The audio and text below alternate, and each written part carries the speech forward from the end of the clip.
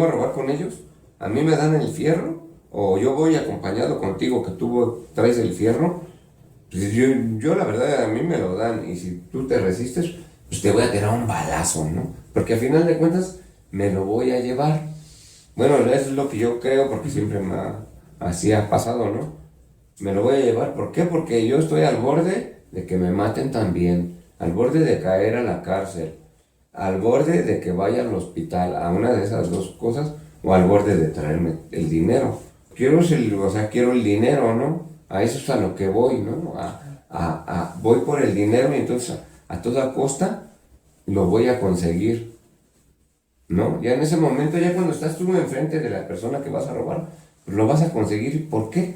Porque pues tú tienes el arma, ¿no? Y quieres el dinero. Y si no te lo llevas, no tiene caso de que te vayan a matar, que te vayan que vayas a caer al hospital o vayas a caer en la cárcel, ¿no? Por nada. Entonces, te tienes que aferrar. Sí, es importante, por ejemplo, lo platicábamos fuera del aire, es importante cómo las policías pueden en zonas altamente económicas llegar a cumplir los protocolos al pie de la letra, y cómo en barrios un poquito marginados podrían incluso utilizar técnicas hasta de tortura, ¿no? Bueno, lo vimos, no sé si recuerdan el caso de, ¿cómo le llamaron? La Lady Argentina, esta. La más sonada, la última, ¿no? En Polanco, no sé, ¿no? Cómo, o sea, incluso cómo violenta al policía, sí, claro, ¿no? Y no le hacen nada, ¿no? Sí. Entonces, como bien dices, si esa situación la trasladamos a un contexto de marginalidad, seguramente de la tortura no pasa. Sí, claro, sí. Y afortunadamente después ya la institución denunció por discriminación a esta... Sí, pero porque lo hicieron visible. Claro, sí. Si lo hicieron visible. Si no hubiera sido grabado, pues... Ahí se queda. Entonces ahí es el tema, ¿no? Cómo existen estas actuaciones diferenciadas, ¿no? Por el contexto y por... Ahí tenemos que trabajar mucho con las policías, ¿no? Que se conviertan más en un factor de cambio social, ¿no? No de desigualdad social, de control social, como muchas veces se da, ¿no? Ok. Por ejemplo, esta cuestión del ámbito familiar que estamos tocando y lo que nos comentabas con respecto a la teoría de estilo negligente o indiferente, o sea, las personas buscarían, si no es en la familia o dentro de la familia, pero no del núcleo familiar cercano, como otra figura, ¿no? Otra figura a quien seguir, a quien aprenderle. Por ejemplo, en una frase que el entrevistado dice, fui uno de los primeros delincuentes de la familia, quien me inició en el robo de cuentaviente fue uno de mis parientes. Así es, como bien dices, ante la ausencia de estas figuras, ¿no? De, digamos, legales, ¿no? O éticas, lícitas, pues obviamente, y ante el contexto de la pobreza, de las restricciones de ciertos bienes, etcétera, empiezan estas cuestiones, ¿no? Empiezan a observar otras figuras, otros modelos. Cuando nosotros hicimos esa investigación sobre la familia, salía mucho el primo, por ejemplo, la figura del primo como quien iniciaba, ¿no? En su momento a los adolescentes, a los jóvenes, en la violencia y la delincuencia. Entonces ahí se rompe totalmente este esquema de que la familia, ¿no? Pues es el primer factor de protección, ¿no? Donde aprendes la institución principal para... Al contrario, se convierte en una institución violenta, ¿no? Había un autor, no recuerdo su nombre, que decía que después del ejército la familia es la institución más violenta, ¿no?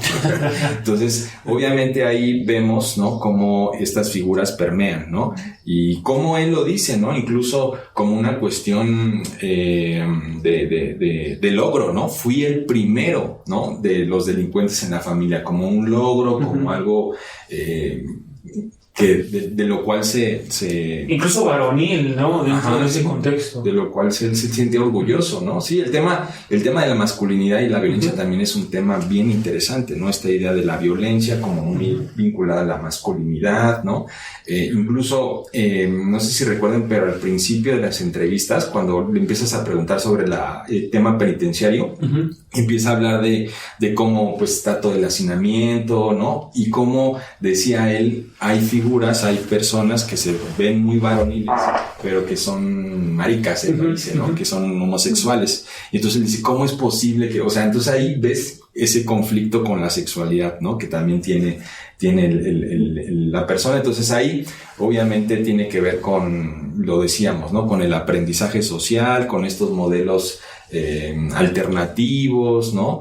La teoría de la identidad delictiva, esta idea de sentirme orgulloso, ¿no? Por ahí dice cara de culero, ¿no? Tengo cara de culero, o sea, y ahí eso lo puedes explicar desde dos puntos, ¿no? Como desde la parte más positivista, ¿no? Recalcitrante, esta idea de sí, los delincuentes son distintos a los no delincuentes, y eso lo puedes ver en sus facciones, en sus rasgos, etcétera, etcétera, pero también desde una perspectiva más cultural, ¿no? Cómo se autoescribe él precisamente a este sector, ¿no? Y lo cree, ¿no? Que tiene una cara de culero, ¿no? Entonces... Porque incluso en ese contexto mostrar las cicatrices es un logro, ¿no? Sí, no, por ejemplo, las charrascas, ¿no? Ajá. En las comunidades para adolescentes, entre más charrascas tengas, que son estas, pues sí, lesiones, autolesiones, sí, claro, que se hacen, y que son para demostrar, ¿no? Entre más charrascas tienes más nivel, tienes más... O sea, dentro de la violencia, por eso hay que tener en cuenta esto, ¿no? Los delincuentes, las organizaciones criminales no son cosa extranormal o no humana, o sea, dentro de las organizaciones hay también estos patrones, ¿no? Y una persona que delinque también tiene valores, también tiene emociones, también tiene, o sea, es muy importante verlo desde esa perspectiva, ¿no? Precisamente para evitar, ¿no? Estas, como decíamos, estos podcasts, ¿no? Que los monstruos no viven solo debajo de tu cama, o la monstruosidad como una categoría que no explica no vamos allá. Y aquí marcas justamente un punto importante, que es la teoría del aprendizaje social. ¿Y quién fue? ¿Sutherland en algún...? Pues sí, bueno, al principio fue Bandura, ¿no? Okay. Digamos que en la psicología social, y ya después Sutherland la toma para incluirla en su modelo, ¿no? De asociación delictuosa, ¿no? Asociación diferencial. Y está interesante porque palabras más, palabras menos, el delito también se aprende, ¿no? Okay. Entonces, si esta persona la sacamos del contexto y la ponemos en un contexto de una clase alta, probablemente lo que hubiera aprendido a hacer es cometer otro tipo de delitos, a lo mejor delitos fiscales, o no sé, quizás su contexto lo hubiera condicionado a hacer otro tipo de cosas. Sí, ahí el tema es que el aprendizaje no explica totalmente, ¿no? Okay. Porque, por ejemplo, en el tema que pones, ¿no? Si una persona la trasladamos de un contexto de pobreza, de exclusión social, a un contexto de inclusión, de ambición, pero ahí la teoría del aprendizaje se quedaría coja, ¿no? Porque si tú dices, bueno, lo cambiamos de contexto y aún así sigue delinquiendo, ¿no? Entonces tendrías que acudir a la psicología, tendrías que acudir como a teorías más endógenas, ¿no? Tal vez desde la neurociencia, para decir, bueno, cambiamos de contexto y aún así la violencia y la delincuencia está presente, ¿no? Uh-huh. Está esta motivación, esta maldad, ¿no? Entonces ahí el aprendizaje social, digamos que sí, pero no es suficiente, ¿no? Okay. O sea, sí, delinquir es como aprender a amarrarte las agujetas, pero no es, digamos, como amarrarte las agujetas. Okay. O sea, porque... Solo explica una parte. Sí, porque no estás hablando de un comportamiento igual, ¿no? O sea, la transgresión tiene sus particularidades, ¿no? Lo que decíamos, no cualquiera transgrede las normas, ¿no? No cualquiera, o sea, no es un comportamiento social como cualquier otro. ¿Me explico? Entonces, sí se aprende, pero también tiene sus particularidades. Solo como que te predispone, ¿no? O sea, ahí está el aprendizaje y más otros factores. Que podrías tener conductas delictivas o sí, pues no tenerlas, ¿no? Solo observarlo y ya, ¿no? Volvemos a lo mismo, ¿no? Esta idea de no casarnos con una teoría. O sea, una teoría no tiene la potencia para explicar un comportamiento tan complicado como es el delito y la violencia, ¿no? Entonces ahí, por ejemplo, como decías, ¿no? Esta idea de hay personas que han vivido estos contextos, han vivido en familias, ¿no? Digamos, criminógenas, y aún así no deciden delinquir, ¿no? Uh-huh. Entonces tienen ese aprendizaje, ¿no? Tienen ese contexto, lo observan, ¿no? Pero no deciden. Entonces ahí se complica más la cuestión, ¿no? Entonces habría que acudir a otras teorías, habría que acudir a otras cuestiones. Pero en el caso de esta historia, pues sí es muy evidente, ¿no? Con esta frase de cómo se inicia, ¿no? Desde la familia y cómo tiene todo este aprendizaje. Este acercamiento. ¿No? Ok, respecto al ámbito individual, él empieza a dar frases en las que una en particular dice: sabía lo que iba, ahora lo comprendo, lo lamento. Sí. Está, híjole, da muchísimo, ¿no? Para el análisis, o sea, él sabía lo que estaba haciendo, o sea, no, aquí nos alejamos un poquito de las visiones del delito como enfermedad, ¿no? Uh-huh. Sí, que también es como una tendencia, ¿no? Histórica, precisamente por la transgresión y por lo anormal, digamos, ¿no? Que representa su acto, en cuanto a que la normalidad, pues, es seguir las leyes, las reglas, etcétera, etcétera. Siempre se ha pensado, o por mucho tiempo se explicaba, ¿no? Esta cuestión desde la parte de salud mental. Lombroso, si nos vamos a Lombroso, ¿no? Los primeros psiquiatras, ¿no? De las prisiones, Pinel, etcétera, etcétera. Estaba todo mucho esa visión, ¿no? De que el que delinque es un enfermo mental, ¿no? Claro. En la clasificación de Lombroso incluso había como tipos, ¿no? Pensar que las prisiones eran igual a los hospitales psiquiátricos, ¿no? A los nosocomios, a los hospitales, etcétera, etcétera. Sin embargo, hoy, digamos que está comprobado que es una parte muy pequeña de las personas que tienen estas enfermedades mentales y que cometen delitos, ¿no? Por el contrario, a veces quienes tienen estas enfermedades son víctimas, ¿no? Son víctimas. El tema de la psicopatía también es muy... Psicopatía, trastorno antisocial de la personalidad. Que digamos, esa es como la visión, ¿no? Generalizada, ¿no? Sí, claro. El estereotipo del delincuente, ¿no? El psicópata tiene trastornos, ¿no? Y no necesariamente. Cuando ya habla, o sea, se supone que hay sociopatía, psicopatía, y el último es psicosis, ¿no? Que digamos ya es como un tema ya más psiquiátrico y más radical, más límite, ¿no? El libro que acaba de sacar nuestro amigo Pablo, ¿no? Sobre una perspectiva crítica de la psicopatía, y él hace solicitudes de información a las prisiones para que le digan cuántas de las personas que están en prisión tienen, ¿no? Psicopatía. Y curiosamente nadie se pone de acuerdo. Sí, no, ahí es que en realidad en las prisiones, en los centros penitenciarios, pues cuántos estudios se hacen a la población, a las personas privadas de su libertad de este tipo de trastornos, porque pues así como una terapia psicológica, yo creo que también un diagnóstico requiere tiempo. Requiere recursos, presupuesto, personal, ¿no? Personal. Lo que lo decías, ahorita no hay personal. Fíjate, si tú en algún momento en una conferencia hice el ejercicio, ¿cuánto personal técnico penitenciario hay en las prisiones? Se supone que son centros de reinserción. Uh-huh. Y cuando tú ves el total de personal, ¿no? Administrativo, de gobierno, institucional, ¿qué porcentaje es técnico penitenciario? No llega ni al 3-4%. Sí, claro. La mayor cantidad de personas en prisión personal es de custodia, son policías. Entonces no son centros de reinserción, son centros de custodia. Si fueran de reinserción tendrían más personal, criminólogos, médicos, psicólogos, trabajadores sociales. Entonces no se dan abasto, ¿no? No se dan abasto. Entonces volvemos a lo mismo.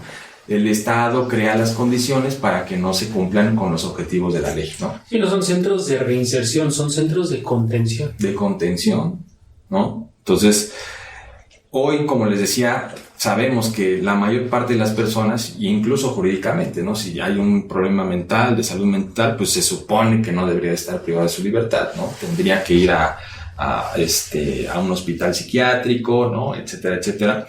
Pero es muy poco, la verdad. Y ahí habría que discutir, ¿no? Respecto a la culpabilidad, ¿no? Hoy, por ejemplo, con lo de las neurociencias, sí, la neurocriminología pone sobre la mesa, ¿no? Si se puede disminuir la pena o si se puede, ¿no? ¿Por qué? Porque obviamente es una persona que, pensemos, ¿no? Desde pequeño sufrió un accidente, ¿no? Se golpeó la cabeza y entonces eso pudo haber, ¿no? Producido ciertos problemas ahí entre el bien y el mal y sus decisiones. Entonces, la neurociencia como tal, pues también plantea eso, ¿no? ¿Qué tan culpable puede ser una persona de lo que hizo, ¿no? Sí. Desde un punto de vista más psicológico, ¿no? Lo planteaban, por ejemplo, con las neuronas espejo, ¿no? Mayor número de neuronas espejo, mayor empatía y, por tanto, menor probabilidad de que cometas un delito. Entonces, si no tienes las suficientes neuronas, ¿no? Espejo, pero eso no es tu culpa, digamos, ¿no? Entonces, ¿qué hace el sistema, no? Pero no estamos regresando un poquito a las teorías... sí, ¿no crees? Pues sí, pero fíjate que es interesante, digamos, si lo piensas, en un principio dices, sí, ¿no? Lombroso regresa y esta idea de la medicalización de la criminalidad, pero a mí me parece interesante la propuesta, porque la propuesta no es, digamos, como encerrarlos y por el contrario es sustituir la pena, o sea, disminuir la pena, ¿no? Eso me parece, o sea, cómo este tipo de argumentos puede conllevar a un sistema alternativo de castigo. Sí, alejarnos del poder punitivo que tanto nos ha dañado, punitivista, ¿no? Okay. Eso es interesante. Y la otra cuestión que a mí me gustaría también comentar acá es esta propuesta de Zaffaroni, ¿no? Que llama culpabilidad por vulnerabilidad, ¿no? Okay. Es una propuesta que él trae. Esa la noto. Zaffaroni, criminólogo argentino, fue juez de la corte, etcétera. De la corte interamericana, sí. Y él dice que hay que castigar respecto a la vulnerabilidad. Entonces, si tú tuviste una vulnerabilidad alta, pues deberías de tener una pena baja, ¿no? Okay. Toda esta condición que comentábamos, ¿no? Pobreza, marginación, violencia, maltrato. Y si tú tienes, por el contrario, ¿no? Una vulnerabilidad baja, o sea, tuviste una vida de privilegio y aún así cometiste delitos, corrupción, etcétera, etcétera, la pena tendría que ser más alta, ¿no? Que curiosamente en México es lo contrario, ¿no? Pues sí. Okay. Entonces ahí esa propuesta es interesante porque es cómo humanizas al sistema de justicia penal, ¿no? Que se supone que lo hace, o sea, el juez se supone que debe de tomar todo eso en cuenta, ¿no? Todas esas condiciones, circunstancias, contextos, pero no lo hacen, o sea, en realidad, y ahora con la prisión preventiva oficiosa, ya cometiste un delito que es muy grave y ya, ¿no? Es el único... Esa idea del poder punitivo se ha venido ampliando con las últimas reformas a la Constitución, ¿no? Entonces... Más de 30 delitos ya están con prisión preventiva oficiosa. Y hay una tesis, fíjate, de la Suprema Corte, de la Suprema Corte de Justicia de la Nación, que dice que los estados tienen la posibilidad de decidir en sus legislaciones qué delito es prisión preventiva oficiosa. O sea, ya cualquiera, digamos, ¿no? Con esa tesis. Entonces Y curiosamente la gente que llega al poder, políticos, legisladores, lo único que ven es enciérralos. Y además eso vende, ¿no? Sí, a ellos no les importa si se va a disminuir o no la violencia y la delincuencia. Al final es un tema mediático. Acuérdense que vivimos en el mundo de la posverdad, ¿no? Ya no importa la verdad hoy en día. Ya no importa lo que es real de lo que no es. Si la gente lo cree, con eso. Si lo consume, lo vendes, con eso es suficiente. También es una cuestión social, ¿no? Porque el hecho de, estas noticias mediáticas y dicen, no, pues es que no le dieron prisión, le dieron otra medida cautelar, no, pues, sí. Pues es objeto de debate para la sociedad, pero no como si tiene que estar en prisión. En prisión, o sea, lo que Garland dice, ¿no? La cultura del castigo en Occidente. La cultura del castigo desde pequeños, ¿no? Se nos enseña que el castigo es la única forma de solucionar los conflictos. Y eso lo ha llevado al extremo el Estado, ¿no? En el tema de seguridad y justicia, que entre más presos, más seguros nos sentimos, ¿no? Cuando es al contrario. Sí, Estados Unidos tiene un índice enorme de personas que están privadas de la libertad y no necesariamente. Pero aquí vamos a romper otro mito, es importante. Él dice, cuando voy a hacer una cosa mala, prefiero estar en mi sano juicio, ¿no? Contrario a la idea popular que se tiene de usualmente los delincuentes son los que consumen drogas y va y está bajo el influjo de cualquier tipo de sustancia. Aquí en específico el caso da la vuelta, ¿no? Sí, ahí el tema de la droga y la delincuencia es un tema también muy interesante, ¿no? Hay un artículo que escribió Goldstein, que es el más citado respecto a esta relación entre droga y delito, y él hablaba de 3 relaciones, ¿no? Es de los 70s, 80s. pero ha sido tan importante, ¿no? Que hasta el día de hoy es el más utilizado. Entonces él hablaba de 3 relaciones entre droga y delito. La primera la llamaba, si no mal recuerdo, psicofarmacológica, ¿no? Que es esta idea de consumes y la droga tiene un efecto psicológico, ¿no? Tiene un efecto somático y con eso, ¿no? Puedes delinquir. Uh-huh. Ahí el tema es neurológico, psiquiátrico, psicológico, ¿no? De cómo las drogas pueden afectarte el juicio, pueden afectarte ciertas funciones del cerebro, como por ejemplo, pensemos estas neuronas espejo, ¿no? Entre más consumes, menos neuronas espejo, entonces estás más dispuesto, ¿no? A generar violencia, no sentir remordimientos, etc. La segunda relación es como más de necesidad, ¿no? Esta idea de para seguir consumiendo, tengo que robar, ¿no? Tengo que apoderarme de lo ajeno de manera ilegal, ¿no? Y la tercera tiene que ver ya con el mercado, ¿no? Al estar prohibida la droga, ¿no? Generas un mercado criminal, ¿no? Un mercado negro. Que eso es lo que hemos visto en nuestro país desde hace ya muchos años, ¿no? Como al estar prohibida, pues se generan los cárteles, las organizaciones criminales, ¿no? Que se dedican al tráfico de drogas, al narcomenudeo. Entonces él hablaba de esas 3 relaciones y decía, ¿no? Y hasta el día de hoy se ha comprobado que la más fuerte de esas 3 relaciones, pues es la última, ¿no? La creación de un mercado criminal. Las otras 2 sí, pero depende mucho, ¿no? Del tipo de droga, depende también de la persona, ¿no? No hay una relación tan directa, ¿no? De consumo y delinco, ¿no? Muchas veces el consumo viene después, o sea, son delincuentes que consumen, ¿no? Consumidores que delinquen, ¿no? Y ese tema hay que discutirlo bastante, ¿no? Para romper con esos mitos, ¿no? Me acuerdo mucho una estadística que decía, no, pues es que cuando los detenemos traen drogas, ¿no? Y entonces ya automáticamente, por eso el consumo está asociado al delito. Pero no necesariamente. No necesariamente. Ya lo pensaste, dilo. Pero no, o sea, no necesariamente. Lo que dice Goldstein ahí es que no necesariamente, ¿no? Y los artículos que se han publicado recientemente no es causa-efecto. Volvemos a lo mismo, ¿no? Esta idea de pensar que hay una causa, ¿no? Entonces, la causa, ¿no? El chivo expiatorio es la droga, ¿no? Pero son personas que, estén o no, delinquen. Obviamente la droga puede facilitarles, puede ser un factor de riesgo, ¿no? Pero ¿qué nos venden también relacionado con esa idea que tú tienes, o con esto que nos estás explicando? ¿Qué nos vende la televisión y las detenciones por parte de la policía, ¿no? Detienen a la persona y curiosamente siempre la encuentran con las bolsitas de marihuana, ¿verdad? Y esas bolsitas de marihuana son muy similares a las de otra persona que delinquió en otro contexto, ¿no? Que por ejemplo sabemos que la marihuana es un depresor del sistema nervioso, ¿no? O sea, si tú te pones a pensar, o sea, alguien va a consumir marihuana para delinquir, o sea, sí. Ya hablándolo así en temas químicos, no sé, pues dudoso. Pero también ese gancho para dejar a una persona, o sea, para dejar a una persona dentro del sede ministerial o ponerla a disposición de juez de control y después sacarla o la orden de aprehensión por otro delito porque se está investigando. Entonces ya te habla de un sistema que probablemente no sabe investigar y es más fácil fabricar. Uh-huh.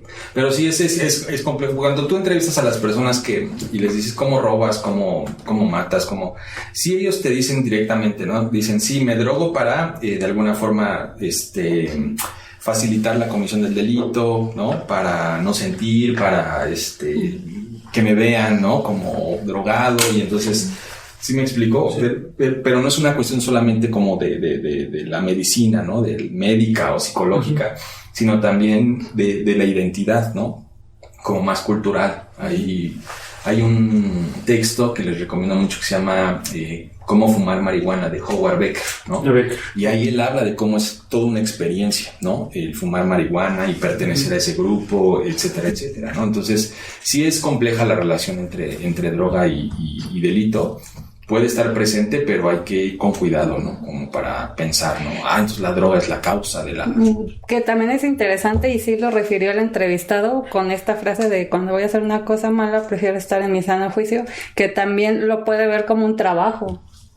O sea, entonces no necesariamente va a consumir sustancias porque, o sea, tanto lo ven como trabajo e inclusive pues sí, o sea, él refería que, o sea, una cuestión como anímica, porque también hay otra frase que sigue de esta, de cuando sonaba el cel de la víctima entraba en shock. Uh-huh. Entonces... Sí, ahí vemos, por ejemplo, este tema del drogado, ¿no? De manera distinta, porque es un grupo, ¿no? Entonces, güey, ya llegaste drogado, no vas a poder ni manejar, no vas a poder, o sea, regrésate, cabrón, ¿no? Como cuando te regresan del trabajo. Porque no estás al 100, ¿no? Y ahí es al revés, ¿no? Lo que comentábamos hace rato, se drogan para darse valor, para no sentir, para facilitar la comisión. Pero en este caso, ¿no? Que requiere, porque es ahí cuando comenta esto es el robo a cuentavientes. Sí, habla de una especialización, por así decirlo. Planeación, organización, o sea, te exige estar al 100, ¿no? Entonces, si vienes drogado, pues no. Entonces, esta idea, y cómo ahí, lo interesante es cómo vincula, ¿no? Para hacer una cosa mal, necesito estar en mi sano juicio. El bien y el mal, ¿no? Cómo lo trabaja y cómo lo articula y cómo hace que no sea contradictorio, sino que pone, ¿no? Sí. Entonces, esta cuestión es súper interesante, ¿no?